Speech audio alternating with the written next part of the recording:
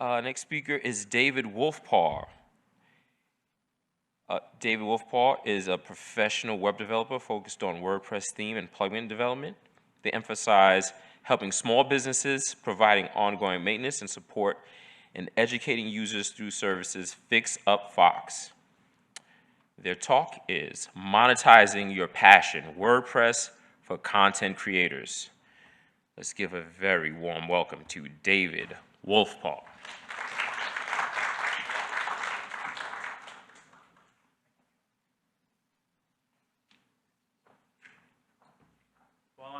While I was sitting there a moment ago, I realized I have a nice coffee and everything. I think I just wore the wrong outfit and I dyed my hair this week, so it doesn't look exactly like my picture, but hopefully you can recognize me. Thank you all for coming after lunch. I know this is a time when everyone starts to lag a bit, so I'm going to try to keep it nice and high energy. And before getting started, I want my presentations to be interactive. By that, I mean if you have a question, you do not need to wait till the end. I will try to do my best to answer it in the moment, but if you do have a question, please bring it to one of the mics if possible. So before we get started, I think that introduction was pretty much the important things. I've been working with WordPress for over 15 years now. I've been doing a lot of plugin development, theme development, custom integrations, things like that. But the sweet spot that I've found has been doing ongoing WordPress maintenance. So basically, if someone has something wrong with their site, I try to fix it, whatever that ends up being. And I also want to briefly thank SiteGround. I am not a SiteGround employee. I am one of the SiteGround ambassadors, and I've been using them for over a decade now, so I'm not just saying that because they asked me to come here and give this presentation, but I'm really happy they did. Who here already creates something with WordPress? Or creates something online? Wow, shocking, everybody, right? I know, that's why you're here today. There's a lot of different ways that you can use WordPress to create content and a lot of ways to use WordPress to share content, but it's not always easy to get paid for it, right? One of the problems that I have when I'm writing plugins that I personally want to use that scratch my own itch or that just something that I'm not building for a specific client is I would love people to use the things that I've made. And there is just, so everyone knows that there's a link to the slides at the start. I will have that link again at the end where you can get them all now, because that will also include a lot of helpful links and places where you can find my things. I want people to use the tools I make. That means sometimes I don't know when to charge for the things that I make. I'm like, well, I know this is useful, but I don't know who's actually going to care enough about it to pay for it, so I just want people to try it. So that's something that I want to address here. I have done all of these things either for myself or for my clients. I manage for them. And I'm going to go through 5 different ways that you can monetize either your WordPress site or monetize with your WordPress site, and some helpful tools for them. When I was just starting out doing development as a full-time career, I was an educator. I did education work both at a local college. I taught some in-person courses. I did online webinars where I would do the courses, live with people while we're going through them together. And then I also had pre-recorded webinars that people could then do and come back and I would answer questions via email. So a few different ways that I've taught people, and all of those different ways that I taught people had different ways that they were monetized. The most straightforward, obvious one, the university paid me when I was teaching students in class, and they paid the university to be there. So I kind of had the university as a middleman. I have some courses up on Skillshare. They end up being the middleman for that. The one that was most challenging was when I was running courses where I was directly working with the people who wanted to learn.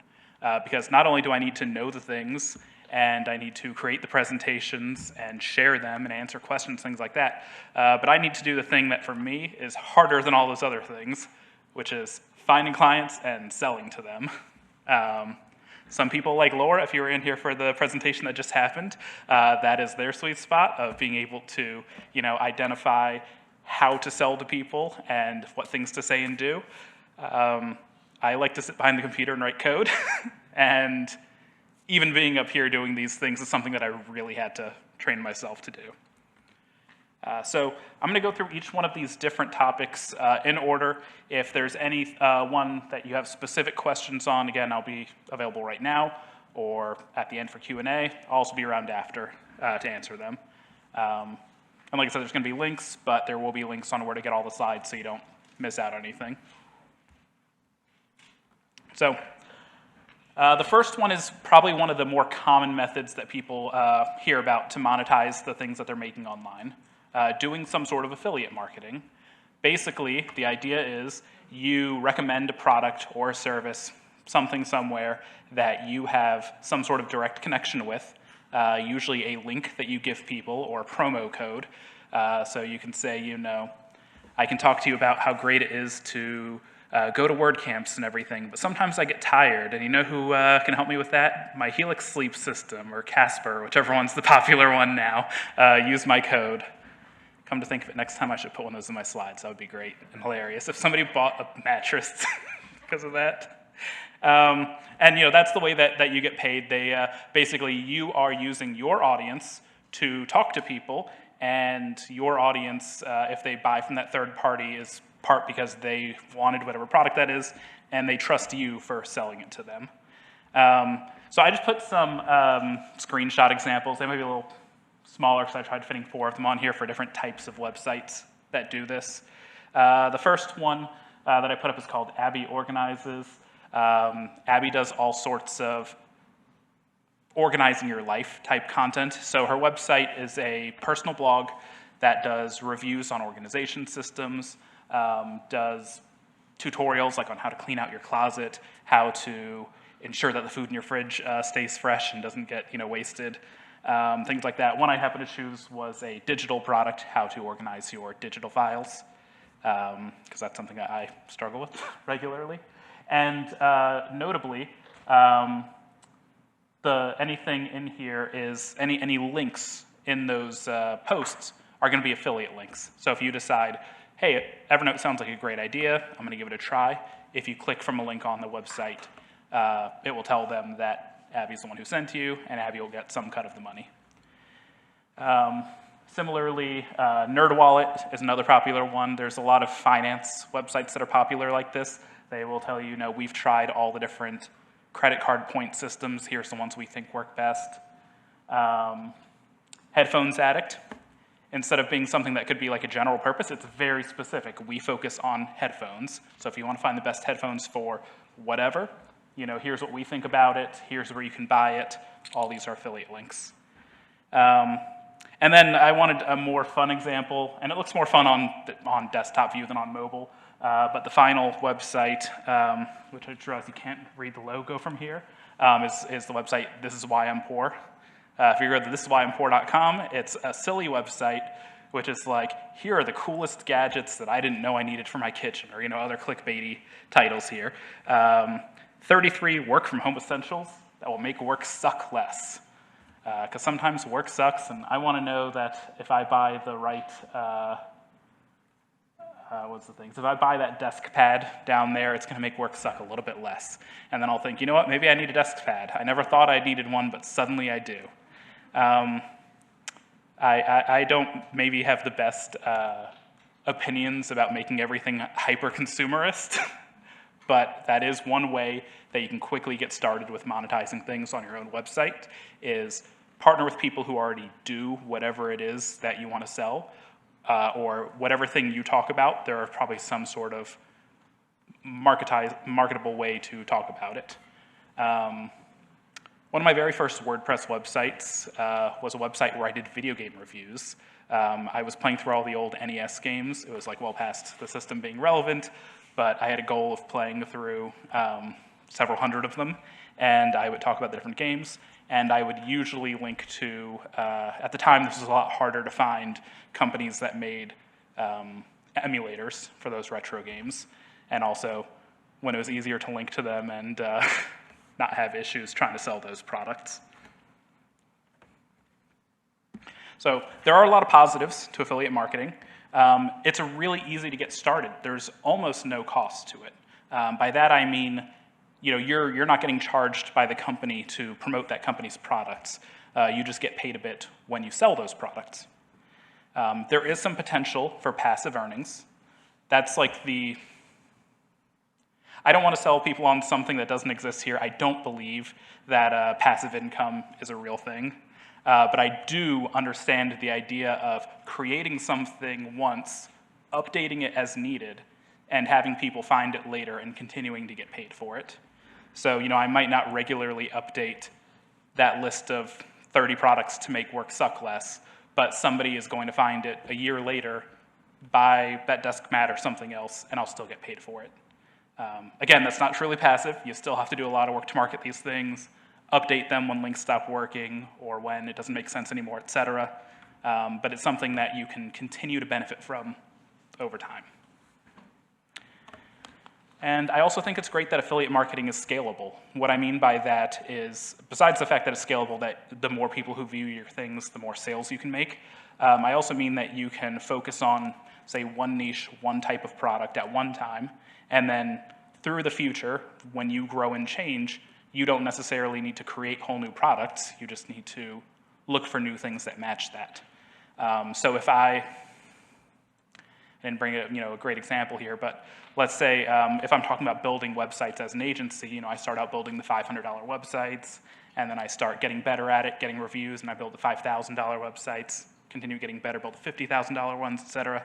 I need to rework my tooling for that. I need to do a lot more work. I need to build a team, all those different things that come along with that.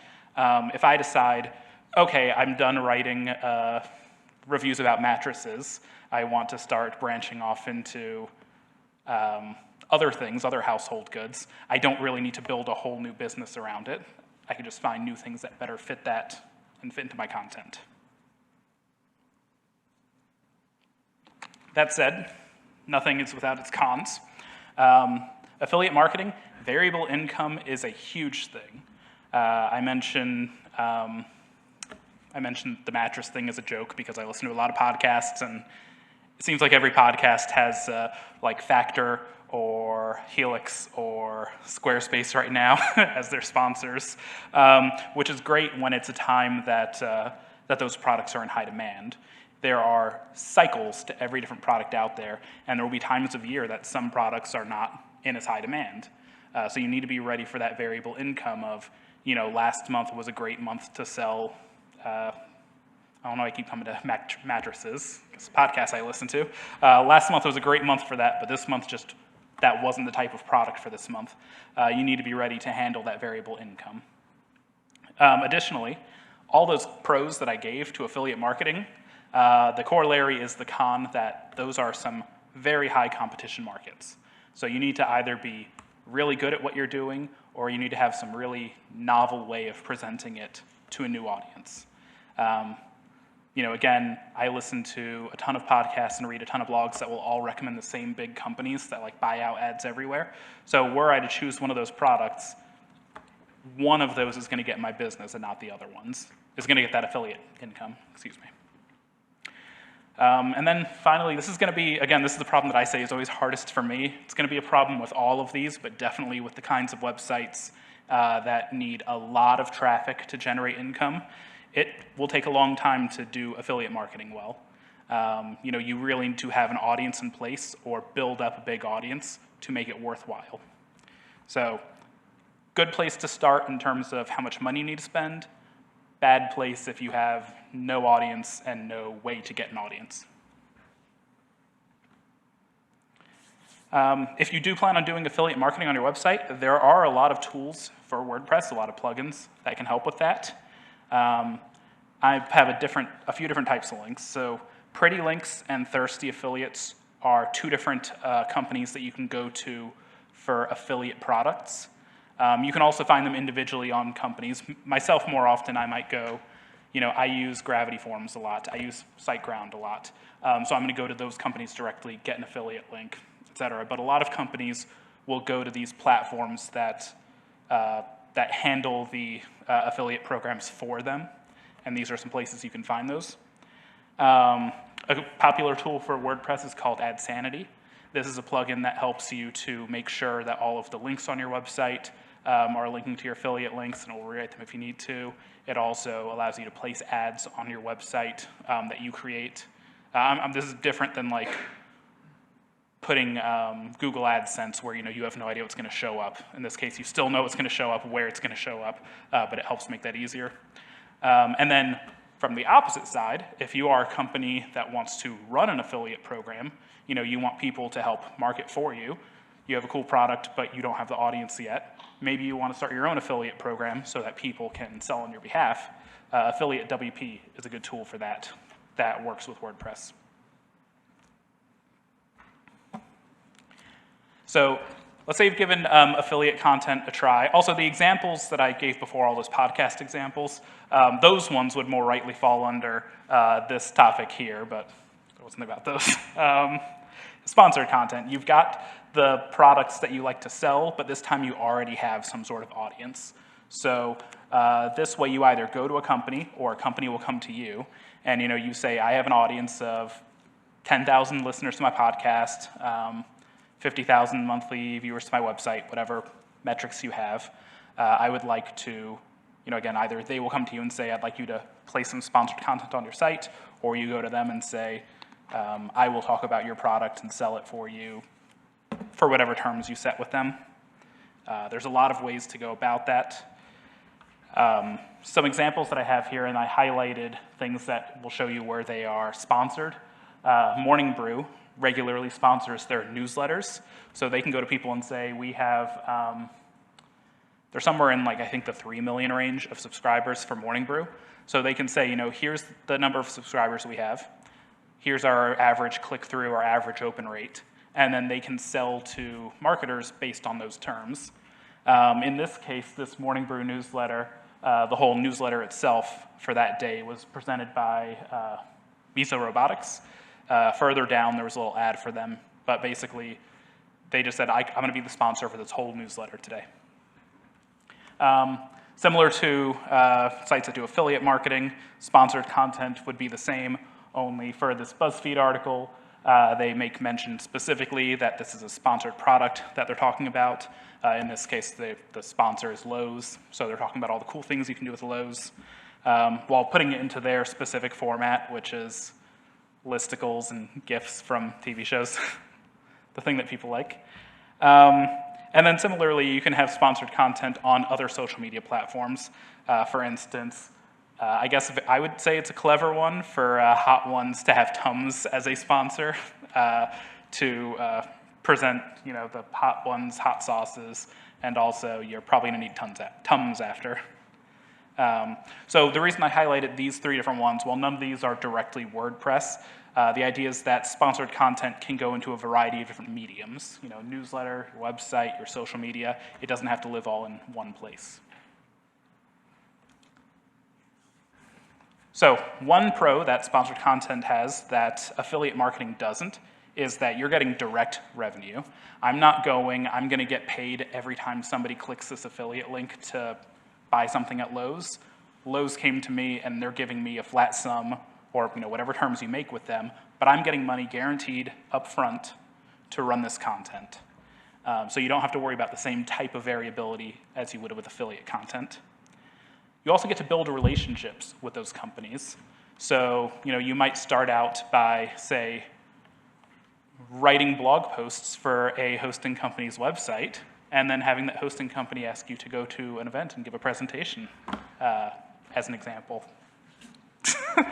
Oh, yeah, there it is, yeah. You get to build these ongoing relationships. The idea is that, if somebody who works with that company already knows you, already has done work with you, then they know that they can work with you again, presuming you do a good job, and that you can move up and up and up. So as you grow, your relationship with them can grow as well. And I also think that sponsored content can do a lot for trust, and it's a trust that can go both ways. What I mean is that, and I hope this is not too much, I'm not trying to use this as a plug, but I'm going to try to use this as an example of saying this company trusted me enough to be able to come out here and give a presentation that is not about them. And also, I can demonstrate, look, I am trustworthy enough that somebody thought it was worth me coming and talking on their behalf. That's similar if you're working with a business that you have some sort of sponsor relationship with. You can show, like, I'm just not some random person talking about this. I'm somebody that has the ear of people who know what they're talking about and have funds to support it. So sometimes you can do these things with sponsored content and it won't sound very authentic. Who here thinks that every YouTube channel, every podcast and everything, who thinks they use all the products that they promote? All right? They probably are talking about products that they would never personally use, let alone pay for. Not all the time. Hopefully there's enough trust there, again, that they aren't selling you something that's purely a scam or harmful to the consumer. I'm enough of a fan of some of the shows that I listen to or YouTube channels that I follow that I have written messages to them that have said things along the lines of, hey, have you considered trying other sponsors besides BetterHelp? If anyone knows about the ethical issues of that specific company. Now I'll call someone out. Because I feel it's important enough to highlight if it's a company that I think is going to be negative for both parties. You do need to have legal disclosures. On the previous slide, I showed places that they had whatever legal disclosures they have to have. I'm not a lawyer, and also I know that right now I'm talking to people in the U.S., and not everybody you're going to work with will be U.S. based. So please talk to actual lawyers when it comes to whatever legal disclosures you might have. That's not really like a con so much as just something to be concerned about. Or the con of it is if you ignore that entirely or try to hide it, then the IRS is going to come and get mad at you and try to take more money from you. And again, same as with affiliate marketing, there's a lot of time and effort that goes into building these relationships, into building up the audiences that will allow you to have these relationships. But you also have things to worry about, like now instead of just signing up for an affiliate link, you need to have negotiations. How much is 1,000 impressions worth to you? How much time do we have before this content needs to go live? What is the contract going to be between us? Things like that. Those are additional time and effort that you have to spend. The two resources that I put for sponsored content, since a lot of that is dealing one-on-one with companies, is just the FTC website has clear guides. If you go to these links, they are presentations that they put together. They're not like boring pages like, of small text. They are actual presentations that's like FTC disclosure 101 for social media. And they'll tell you like, here's the things that you need to worry about. And they're written in language that, is not meant to be like obtuse. It's meant to be like, hey, if you're promoting something on Instagram, here's what you need to do to follow the law. So I would highly recommend looking at those documents.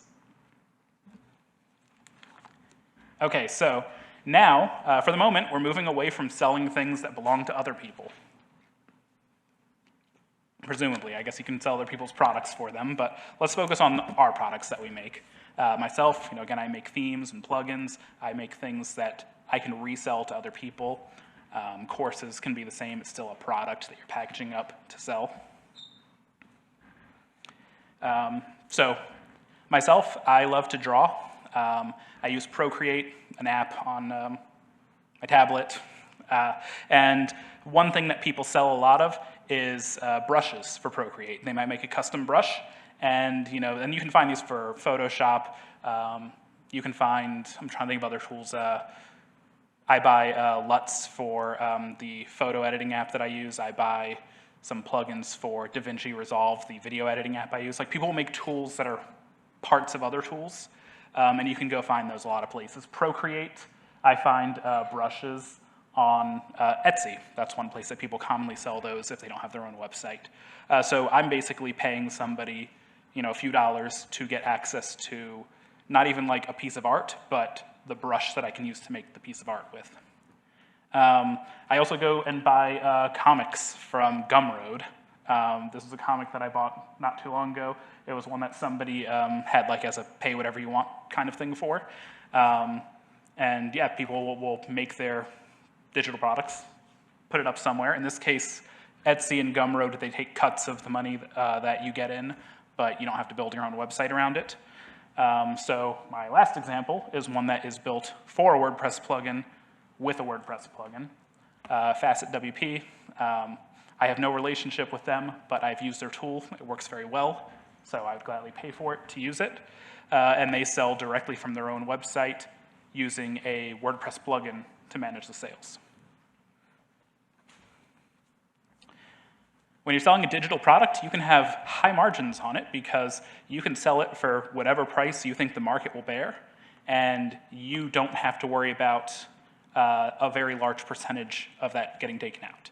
With most platforms, if you're selling your digital products, you're going to have somewhere between 5 to 10% of it go to fees for the platform and for card processing, things like that.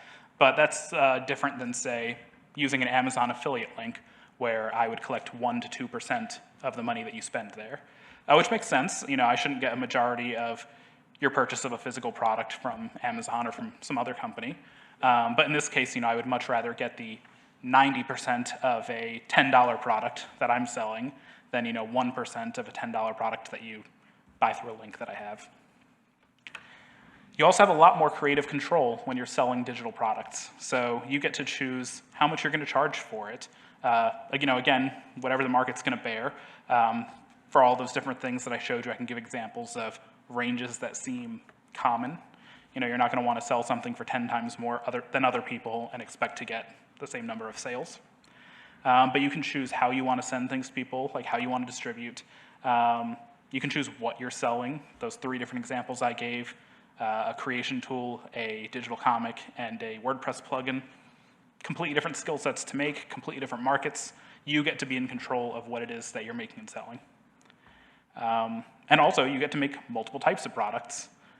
Myself, I make a ton of different things online. As I kind of mentioned at the start of my talk, my problem is, since I just want more people's eyes on them, I like to give too many things away. But you can make, you know, I have WordPress plugins that you can download. I have some ebooks that you could get, courses, pay to work with me directly for maintenance, things like that. You don't have to be bound to one specific type of product. If you're selling your own things, probably the biggest headache you're going to have to deal with is quality control. What I mean by that is, you know, people are paying you money for something that you made. They expect it to work. You know, if you go to my website and I say, like, oh, this is the best pair of headphones, go buy it. You buy it and you're like, these headphones aren't great. The most you can be mad at me for is the fact that I was not very clear in how good they were. But I don't have control over what the headphones company does. If I'm making a plugin and you're buying it, you install it and it simply does not work, does not do what I said it would do, causes something else on your website to crash. Part of that is on me. Even if, I kind of see Laura nodding her head a little bit, so I'm going to say, even if it ends up being something that is out of your control entirely, that's not how your customer is going to look at it.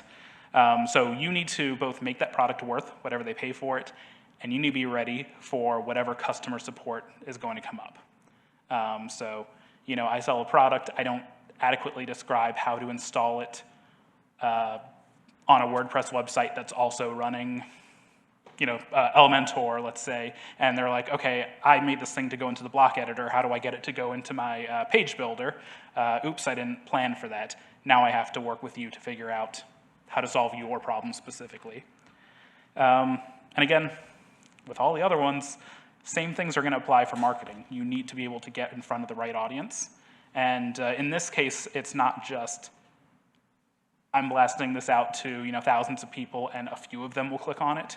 It's I want to get a much more targeted approach, people who are actually interested in this product, and I need to have some reason for them to buy whatever I'm selling versus whatever someone else is selling. So like as an example, there are dozens of premium contact form plugins for WordPress. I just chose that because I know that there's a lot of them that are popular, have similar prices, and there are also some free ones out there. They all need to have some sort of value proposition that makes you say, I'm going to purchase one from, I was going to name companies, but I'm not going to like make it sound like I'm for one or against another. But you know, I want to buy this contact form versus that other contact form. They need to have some reason that sets them apart from other people. If they don't, there's probably a good chance that they're not going to sell very well. So if you want to sell your own digital products via your WordPress site, that example Facet WP that I showed you, they use a tool called Easy Digital Downloads. That's probably the most popular one that I can think of. A lot of different plugin companies use this WordPress plugin to sell their plugins, pluginception. You could also use a platform that is meant for selling any product like WooCommerce. WooCommerce does have the ability to sell digital-only products. And the reason I chose Gravity Forms is, I know I lied and said I wasn't going to choose one, but I personally use Gravity Forms. You can build a form on your website and then just add a product field to it and say, this form that you're filling out is to buy this digital product. It's $10. Enter your PayPal info or whatever. Most form companies have that, and I'm highlighting them because that's the one that I know and I use, but you don't even have to have something as put together as a full e-commerce platform. You can start as simply as saying, here's a form, it links to my Stripe, it links to my PayPal, to my whatever. You do that there, and it's going to send you an email with a download link or however you're going to serve up your files.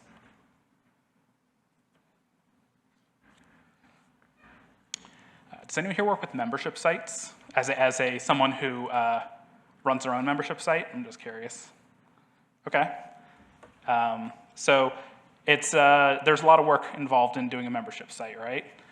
For me, when I've done membership sites, thankfully I wasn't the person running them. I was the person providing services for them. I've worked with a company to teach people some web development, and I would do live webinars, as I mentioned, and it was all via membership sites. So my focus on the back end as not a creator, somebody building them, has just been like managing the customers and everything.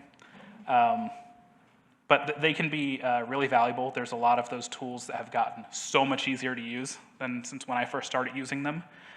You can build a membership site for pretty much anything that people will find interest in, whether it's if you're a freelance writer, if you're a freelance designer, if you are an artist who wants to learn about art. I even understand that there's membership sites around Twilight, I heard. If I had that in my slide. Yeah, people build membership sites around pretty much any topic. I specifically chose ones that the reason for people joining these are because they want to use them to increase their earning potential. Or increase, the things that they can sell as well. So all these different communities, you notice that, this one, join the community, join the club. I can't remember what the button lower down that one says, but it's like basically buy the courses. All have a specific call to action, the thing that they want to focus on you doing. So a lot of people consider these types of site like the holy grail of, they consider the thing that you get from this, recurring revenue, to be like the holy grail of selling products online. You get to get a set amount of money on a regular basis, and all you need to do is worry about is managing churn and all the things that come with keeping people happy enough to continue buying. But if you build a good site, if you have good tools, the idea is that once you have a client, they're a client for a long time. You can also get direct feedback here. If I'm selling you if I sell you a plugin and I say like, here, use this on your site, I'm probably only going to hear from you when you have a problem. When you say like, this thing broke, I need to fix it. When you have a membership site, these are people who've already said, I'm engaged enough that I'm going to start paying you for whatever it is you're offering, teaching, have as part of this membership. They're going to be a lot more active in giving you direct feedback. So I've tailored some of the courses that I had done based on the questions that people would give. I would see, I get the same question a lot. We should probably start making a class for this. That way we can head them off, answer these questions. These people are a lot more engaged to give you directly, here's what I want, here's what I like, here's what I don't like. In my case, I got a bit of brand authority from it too. When I can tell people like, oh yeah, no, I know what I'm talking about. I've taught in a variety of different settings. The one that usually gets people most is the college, because if I can say like, oh, the university paid me to teach these classes, I don't know, I guess academia feels a little bit more robust than just like I spun up a website and started selling things. but it proves some sort of authority in what you're doing. So for the examples here, when somebody has that community for freelance writers, if that person then wants to go and parlay that into working with other companies to work with, say, online publications that want to find freelancers or things like that, they might be a bad writer on their own. They might not be very good. But they can say, I have this big community, I work with them, I know the things that they need and want, and I know how they operate. So they will have some sort of authority there to talk with people who might not know the industry well. Now, setting up sites like this, that was probably want to know if anyone runs one themselves, you know that it's a lot of work to run one. There's a lot of things that you need to focus on, how you're going to set up your terms for your site, setting up payments, making sure they recur properly, making sure that people get access to what they're supposed to and not what they're not supposed to, all the different technical things they need to worry about. That's a little bit more involved than setting up a form, highlighting, sending an affiliate link, things like that. Similarly, you still have to focus on that customer support. Now that customer support is going to be a lot more, I would say, parasocial, a lot more one-on-one, because this isn't just somebody who bought a product that you sold and is using it. This is somebody who is there for, something more than that, so whatever community it is that you're building. And then you need to worry about handling churn. You need to make sure that if for some reason you're seeing a lot of people drop off, figuring out, why is it that they've decided this is no longer relevant? Or what do I do when I notice that this is a cyclical membership? You need to find some way to address that churn. A lot of places do exit interviews, like, oh, I see that you're canceling, can you tell us why? You're not going to always get the best responses, but hopefully you'll get something that can help you improve your offerings. Finally, I personally use Paid Memberships Pro. That plugin has a lot of excellent add-ons for it. The base plugin you can use for free, but there's a lot of add-ons that can make it do very specific things. MemberPress is also a useful one. LearnDash, if your membership site is specifically focused on learning. LearnDash or another LMS, those ones that are geared around courses and quizzes and things like that. And then the final one I want to talk about is another one that I personally use, just contacting people directly to ask for donations of sorts, so patrons or crowdfunding. This is one way to market your website, to make some income from it that is less I'm selling you on something specific and more I'm selling you on an idea. So I've used this plugin, GiveWP, that allows you to set up your site for donations. You can try it on their website. You can see other people who've used it. The idea is that you set this up for somewhere that you want to garner donations towards something as opposed to like selling a product specifically. So I've had a lot of success with this for my site and the client sites when there's already an audience for them saying, you already know the mission that we have.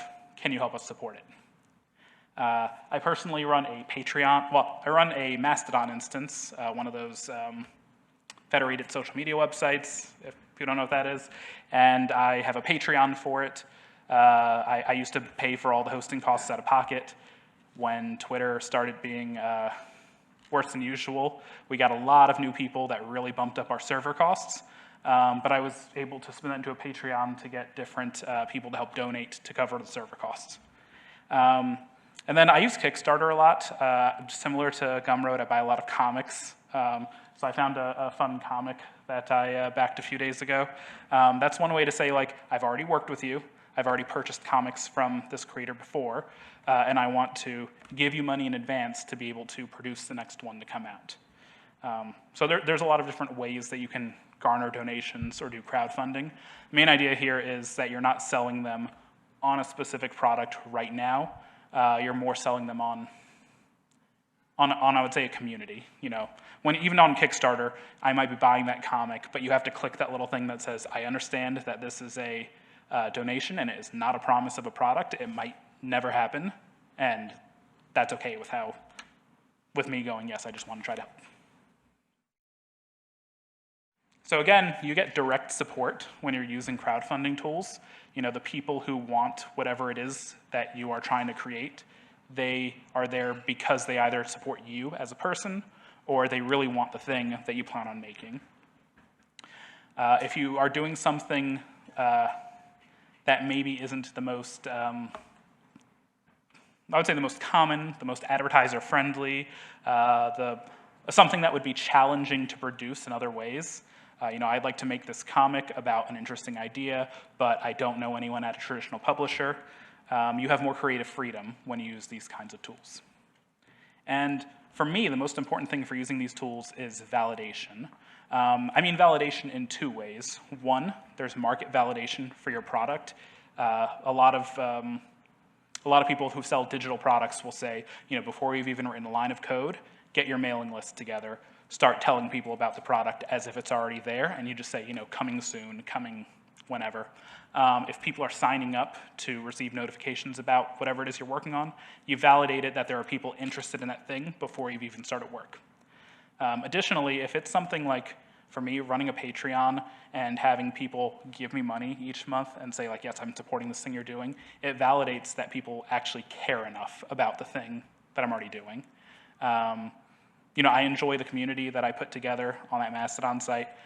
I enjoy the fact that I don't need to pay the hosting fees anymore out of pocket, but I more enjoy the fact that I know that of all the people who use it, there is a large percentage of them that say this is valuable enough to me in my life that I want to give you money to make sure it stays here. I think that's just, for me, that's the best part about this type of direct giving model, is being able to get people to tell you this is something that I want to exist. There are some cons. You have to have some sort of commitment. So like I said, when it comes to Kickstarter, you know, you do have to check when you buy something on Kickstarter that you're not actually buying a product, you're giving them a donation. But you probably don't want to be known as somebody who regularly makes commitments that they can't keep. You're not going to stay in business very long that way. Administration can take up a lot more time than with other things. You know, you might need to make sure that you have exclusives for patrons or extra gifts for people who kickstart crowdfund at a higher level than other people. So there's a lot of things to handle those tiers rewards that you don't normally have to think of. And there's also that pressure. I've backed several Kickstarters that have not come to fruition, and people can like make updates on the campaigns, how they're going. I've seen people who are individual creators who thought, you know, I have this great idea for a book I want to write, or, you know, music I want to make, a game I want to make, and then they will start putting things like, I was doing really well for the past few months, and now life changes have happened. You know, I got into an accident. The creative well has run dry. I feel such pressure to get something out, and now I'm not getting it, and the longer it goes on, the more stressful it feels. That's something big to consider. If I already have a product, and I go like, here, I'm done selling this, okay, I can take it down. But if somebody buys it in advance, there's a different type of pressure there. You know, that doesn't always mean that you are beholden to something. You know, again, if I go like, I'm gonna make this, then I go, just kidding, it didn't happen for whatever reason. You know, I'm most likely not like legally responsible for that, but I'm gonna feel personally responsible. I don't know, if anyone else is like me, where I never want people to ask me to do something just because I'm going to say yes no matter what, and then I'm gonna kill myself until I do whatever it is. Yeah, not a great habit, so it's something to keep in mind. As I mentioned, you can collect donations from your own site via a variety of methods. I personally use GiveWP, I think it works well. There's a bunch of different ways to get regular patron support. Two popular ones are Patreon and Subscribestar. And then there's a variety of ways that you can start crowdfunding campaigns. Two of the bigger platforms are Kickstarter and Indiegogo.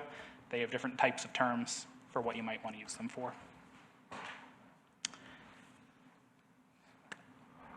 Who here, my last question for all of you, who here sells products online but does not have some sort of mailing list where you keep in contact with people? Shame on you. I'm just kidding, but I'm also not kidding.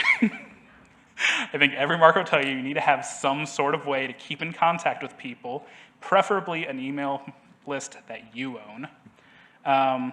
So this is going to be my last little kind of pitch thing here. Make sure that you are having some way that you can keep in contact with people before and after they make purchases from you. It's a way to drive traffic to your content, especially if you have new products coming out. You get to talk about like, hey, you already purchased, this plugin I built. I made a new one. Here's info about it. You can promote sponsored content there. Again, I showed that Market Brew email where they were able to sell some of their audience to a marketer. And then you can also, like I said, cross-promote your content. You might have another business, a new product, something else that you think will be a good fit for the people who already chose to sign up with you. I personally do all of my email marketing from my own website. I've tried MailChimp, Constant Contact, all those other ones. I really prefer to have more control over it myself. Plus, I love building my email newsletters right from inside of my website, as opposed to having to create content for my site and then go and translate it into somebody else's page builder. I do use SiteGround's email marketing tools. I do use some other tools as well, but this one I use that I can send emails directly from my website. It goes directly with your site where you can create content as you would any other WordPress WordPress content, like pages or posts, send it out. You can grow your list without having to do more manual work yourself. By that, it's whenever you sell a product, let's say you have it connected to WooCommerce or something, you can have a check mark that says, I also want to receive your newsletter. Again, you're already creating that content for your website, so you can send that out without having to recreate it again. And one of the features that they offer that I take advantage of is what's called smart sending. Basically, it tries to figure out when the best time to send your type of content is, and will schedule it for you at those times. Because some people respond to different emails better at different times. But again, whatever you use, have some sort of mailing list. You also want to make sure that you're optimizing your website. And I realize I'm coming on time, so sorry, I'm speeding at like the end. You want to make sure that your website is fast. For all the normal reasons you don't want your website to be fast, but you're not going to sell something if people can't even load your site. You're not going to sell something if your website gets hacked. Make sure you have some sort of security set up. And you're not going to sell things if people cannot find your website. Ensure that you're doing the things that you need to do for SEO. Again, I think these are all the common, you should be doing this for every website you have. So I want to just go through this one before I run out of time. And make sure I have a couple time for questions. At time already. Well, in that case, if anyone has any questions, sorry that I am a lengthy talker, but I will talk to you at length outside after this. And again, if you want to find these slides, you can go to my website and to the page Monetizing WordPress. It has all of these slides, all of the links there. So, that's it. Thank you.